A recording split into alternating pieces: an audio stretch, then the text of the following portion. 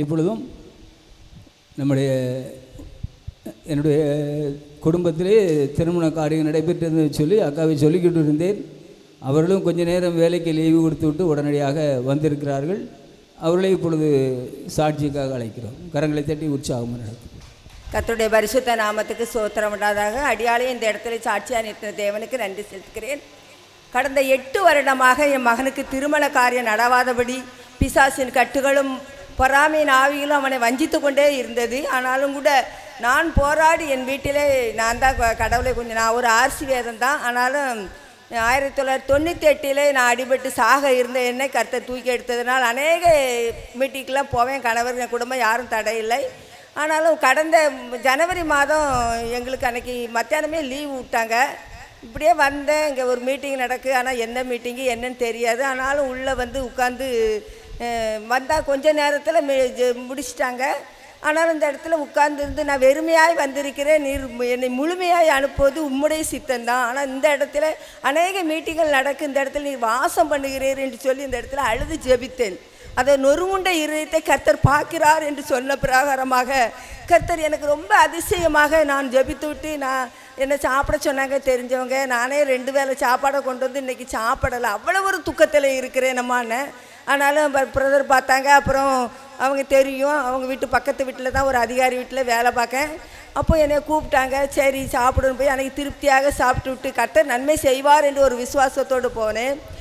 அன்று இரவே என் மகனோடு கர்த்தர் பேசியிருக்கிறேன். நாங்களாம் ஒரு பெண்ணை நிச்சயம் வரைக்கும் வந்து கூட திருமணம் நின்று விட்டு விடுது. நிச்சயம் பண்ணலை, அதற்கு ஆயத்தப்படுத்தணும். அப்போ எவ்வளோ பெரிய அது ஒரு பாவம்னு சொல்லி ரொம்ப அழுது ஆண்டவர்கிட்ட ஜெபிப்பேன். பெண் பாவம் பொல்லாததே, அவனை வஞ்சிக்கிற அந்த ஆவியை நீர் எப்பொழுது எடுத்து போடுவீர் என்று சொல்லி ஜெபித்தேன்.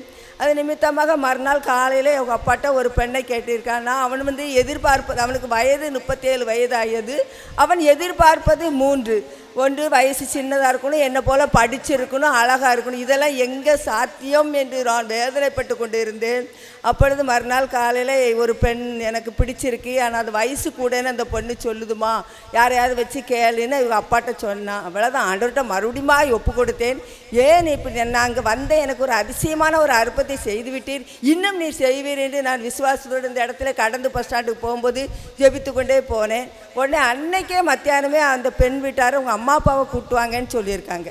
உடனே எனக்கு ஃபோன் அடித்து சொன்னான், எம்மா கூப்பிட்ருக்காங்க, இது தடை பண்ணக்கூடாது, நாளைக்கே போனோம். சரிப்பா உன்னுடைய விருப்பத்தையே நடத்துவோன்னு சொல்லி மறுநாள் என்னை போல் ஒரு ஊழியக்காரங்க குடும்பத்தை அழைச்சோம். அவங்களும் மனமும் வந்து கணவர் மனைவியாக வந்தாங்க. ஆனால் ஒரு சொன்னாங்க, நீ பூ வாங்கி வச்சுக்க, கேர்பின் வாங்கி வச்சுக்க, ஒரு கத்திரிக்கோள் வச்சுக்க. நான் மறுப்பு சொல்லாதபடி பெண் பார்க்கத்தானே போகிறோங்கிறதெல்லாம் இல்லை. என் பிள்ளைகள் கூட சொன்னாங்க, என்ன மேடம் அப்படி சொல்கிறாங்கன்னு. இல்லை, கர்த்தர் அந்த ஈசாக்கு பழி கொடுத்தது போல் நான் ஒரு உண்மையாக இருக்கேன்னு சொல்லி அதையும் வாங்கி நான் வைத்து விட்டு கொண்டு கடந்து சென்றோம். போனோம், பார்த்தோம், பிடித்திருக்குன்னு சொன்னோன்னே அவங்க வாயினாலே வந்துட்டு கஸ்திக்கு முந்தி 12ஆம் தேதி. ரொம்ப அதிசயம். அப்படியா சொன்னோடனே அவங்க ஒரு மறுப்பு சொல்லலை, பூ வைக்க சொல்லிட்டாங்க. பூ வச்சு முடிச்சுட்டு வந்தோம். ஆனால் ஒன்று என்ன அதிசயம்னா, எங்களுக்கு 3 அறிக்கை வாசித்தா தான் திருமணம். ஆனால் 3 அறிக்கை 2 அறிக்கை தான் வாசிக்க முடியும். அதற்குள்ள காரியத்தையும் கர்த்தர் வாய்க்க பண்ணி தந்தார். அங்கே உள்ள ஃபாதர் எல்லாருமே அருமையாக செஞ்சாருங்க. மண்டபம் பிடிக்க வாங்க.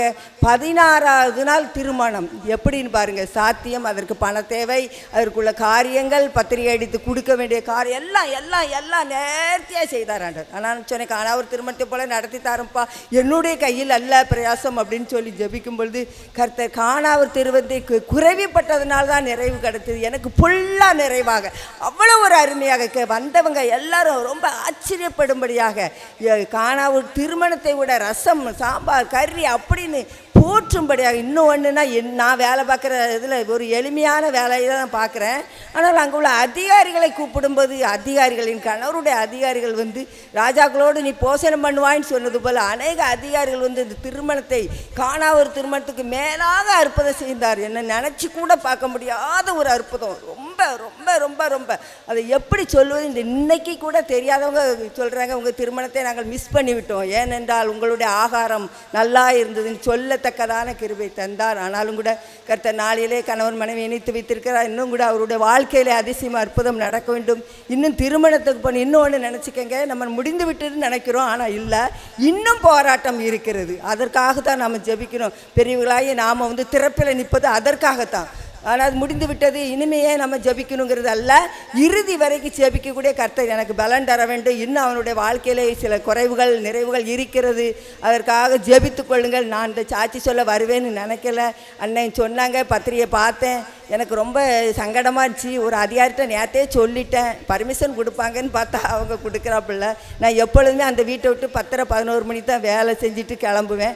அதை கணக்கு பண்ணி இன்றைக்கி முன்னக்கூட்டியே வந்து எப்படியாவது அண்ணனை பார்த்து சாட்சி சொல்ல நினச்சா கண்டிப்பாக சாட்சி சொல்லிடணும், இல்லைன்னா வாழ்க்கையில் தோல்வி ஏற்படும் அப்படின்னு நினச்சி வந்தேன். கர்த்தர் இந்த தருணத்தை கொடுத்ததற்காக நன்றி. இன்னும் அந்த திருமண தம்பதிகளுக்காக ஜெபித்து கொள்ளுங்கள். உலகத்துக்குரிய காரியங்களை புரிந்து அவர்களும் வாழ்க்கையில் ஒரு நல்ல ஒரு கிருபியாய் கடவுளை ஏற்றுக்கொள்ளக்கூடிய ஒரு ரட்சிப்பின் பாதைகளை நடத்தும்படியாக நீங்கள் யாவரும் ஜெபித்துக் கொள்ளுங்கள். கர்த்தர் இந்த தருணத்தை தந்த உங்கள் சபையாரை அனைவருக்காக நன்றி செலுத்துகிறேன். கர்த்தர் தான் இந்த சாட்சி ஆசீர்வதிப்பார்.